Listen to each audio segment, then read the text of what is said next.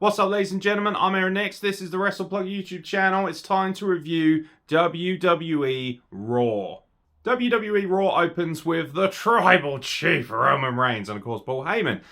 Basically says, Kevin Owens, we're coming for you. We're going to break you. You've got into our business and now we're going to fuck you up, essentially. And that pretty much sets the tone for the rest of Raw because the Bloodline spend a large amount of time running around backstage beating the shit out of jobbers. Mustafa Ali is the first person to get a kick on as well, which tells you everything you need to know about what they think about that guy right now. 3 large Fitty, 3 large Benjamin, 3 large idiots doing idiot things because they're idiots.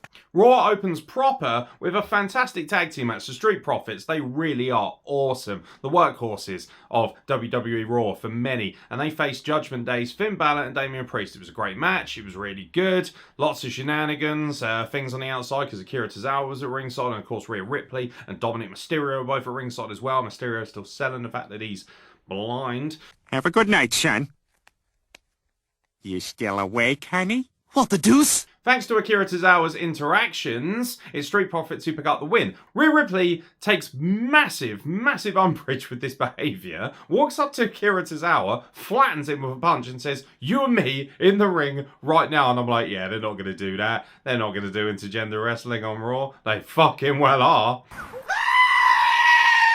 Very, very well done, it has to be said. When I saw that they actually were going to go through with this, I thought, he's probably not going to hit her. He's probably not going to, do any strikes. And he didn't, but he still made it look like a really credible match. And to be fair, Rhea Ripley proved that she could actually handle a lot of the male roster. She could have great matches with them. There's something to be said about intergender wrestling, and I wish WWE would embrace it more. Akira Tozawa versus Rhea Ripley was a sneaky hit. It was short, it was a small sample size, but what we did see of it was fucking fantastic. Rhea Ripley, of course, picks up the win, which makes her look like a monster, an absolute megastar. You've just seen her beat up a male member of the roster, admittedly more on the jobber side of things, but he's very capable, he's very talented, Akira Tozawa, and I also find him very funny, by the way. The image of him backstage being carried around by Angelo Dawkins, he's like, "You're not going to ruin my Christmas." I just thought it was really funny. But this actually slapped. I thought this was really good. This was a real change of pace that we don't often see on Raw, and it made it feel like a much fresher product because of it. Backstage, Bianca Belair and Alexa Bliss have a sit down, and Alexa Bliss tries to explain why she had a moment of hesitation when she went to hit the Sister Abigail, of course, on Bianca Belair last week. Bianca Belair says, "Yeah, I want answers for that, and I don't believe you." She explains it. She actually mentions Bray Wyatt and talks about how he brainwashed her and left her in a very dark place. And then, as Bianca Belair gets up, Alexa Bliss just snaps and blindsides her and smashes her over the head with a vase. And then we see a very quick glimpse of Lily behind the couch. Got to be honest, not really feeling the idea of Lily coming back, but I like the idea of a darker Alexa Bliss. Is she going to align herself with Bray Wyatt, or is she just going to go full heel and be by herself? That's interesting. It's good storytelling, especially with what Bray Wyatt's doing on SmackDown, so at least it leaves a lot of intrigue, so you can't say that you hate it. At the same time, I just don't want it to go down the route it did last time, because it felt really forced and really fake in places. Big Dog Gallows and Carl Anderson of the OC faced Otis and Chad Gable, the Alpha Academy, who seem to be putting in a lot of work, having matches every week, and I'm really enjoying their body of work, and I'm really enjoying Otis as well. This was a good tag match. It was very exciting. It had plenty of hard-hitting moments. Also, Otis and Gallows, sneaky banger in there somewhere. 2 big meaty hosses. Oh, suits you, sir. Not you, though, eh, sir? I expect you're at it morning, noon and night, aren't you, sir? Oh, suit you. The OC picks up the dub, and then they're attacked by the Bloodline, who are just causing havoc. This really helped keep Raw running in the right way, because the Bloodline just kept attacking people backstage. Then they come out and start attacking people in the ring. It was good stuff. And of course, Adam Pearce comes down, and he's like, "What the fuck are you doing?" And Sami Zayn just basically shit cans him on the mic, gets the crowd going, basically acts like a face and says, "Hey, the fans are loving what we're doing here." They're acknowledging the fact that he's not really a heel, is he? Because he's so over. He's a tweener, if nothing else. And it works really well. As they go to leave, AJ Styles says, "You know what? Fuck that shit," and attacks Sami Zayn, which is good storytelling, because why would you let them beat you up and then just leave? Fuck that. So it sets up very nicely Sami Zayn versus AJ Styles for later in the night. And let's be honest, if you're a wrestling fan, you know that's going to slap. It's time for Double or Nothing. It's the ladder match. Dexter Lomas versus The Miz. The winner gets all the money. 2 giant bags of cash, probably Monopoly money on account of it. No fucking clue. Gotta be honest, one of the worst ladder matches I've ever seen. Yeah, I said it. I just didn't like it. I just don't see the point.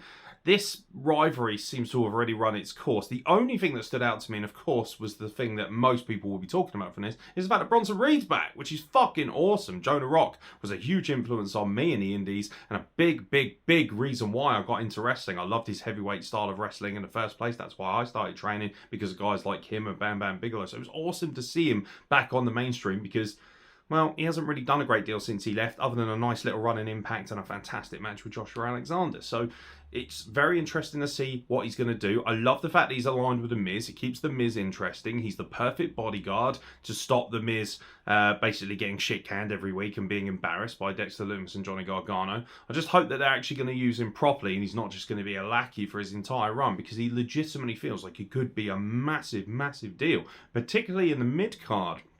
Someone like Bronson Reed versus Gunther or Ricochet, or Bronson Reed versus Austin Theory or Seth Rollins with the United States title on the line.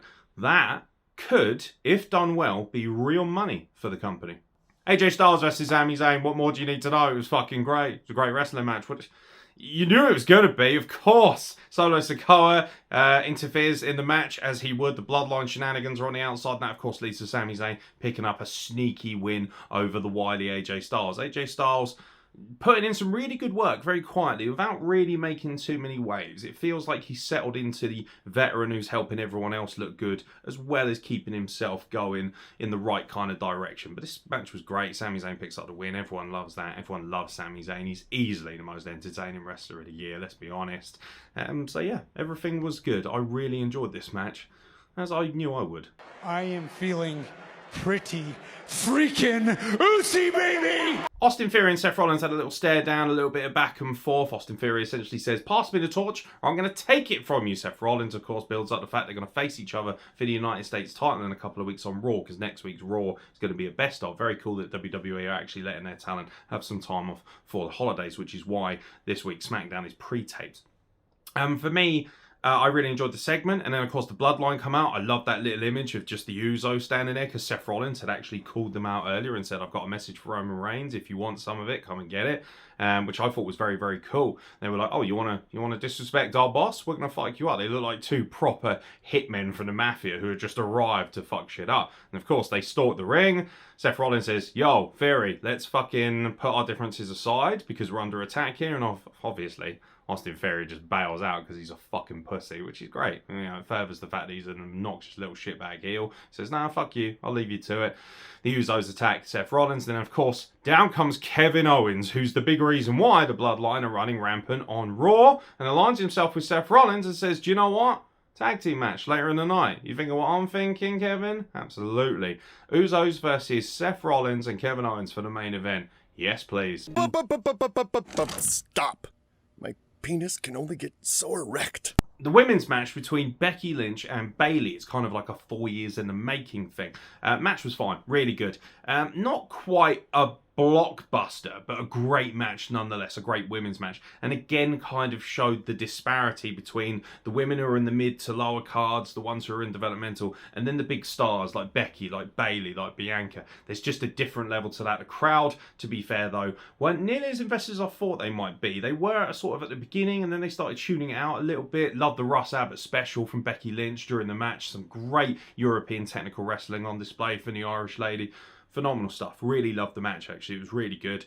It feels like they could take it to a next level for pay-per-view, but that's fine, because this is TV. I don't want them to leave it all out. I don't want them to have the 5-star classic on TV. I want them to have it when it matters the most, on the big pay-per-views. Great match, and of course it's really cool as well, because Bayley wins, albeit through shenanigans and distraction, but I liked that because I feel like Bayley has lost a lot of very high-profile matches lately, so her beating Becky Lynch continues this storyline, keeps Becky Lynch out of the way of the women's title run for a little while Bianca's dealing with Alexa Bliss and potentially, you know, other stars later down the line for WrestleMania. Good continuation of storytelling, and I'm looking forward to seeing what they do with Bayley and Becky Lynch going forward. And in your main event, representing the Bloodline, it's the Undisputed Tag Team Champions, the Usos, facing Kevin Owens and Seth Rollins. Not for the tag titles, of course, which is good, because two singles wrestlers should never be a tag team. Attention, Tony Khan. This match was fine. Nothing spectacular. It was more about storytelling and building towards that. Of course, it feels like the Bloodline are going to get one over. Austin Theory blindsides Seth Rollins at ringside, which kind of helps add to that storyline as it's going. It was very much a case of everyone who's involved in this get thrown into it and they all start attacking each other and whatnot. And of course, it's Kevin Owens who picks up the win while all the shenanigans are going off.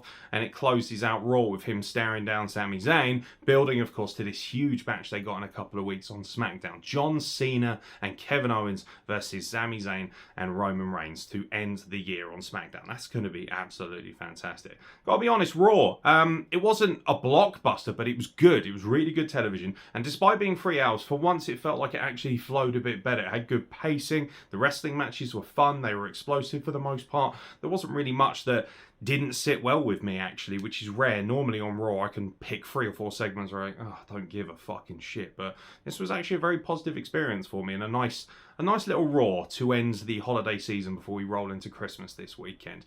Just to let you guys know, of course, thank you very much for tuning into the Wrestle Plug. As always, we've got plenty of games nights going on. If you're alone at Christmas, please contact us. We don't want anyone to feel like they have to be on their own during Christmas.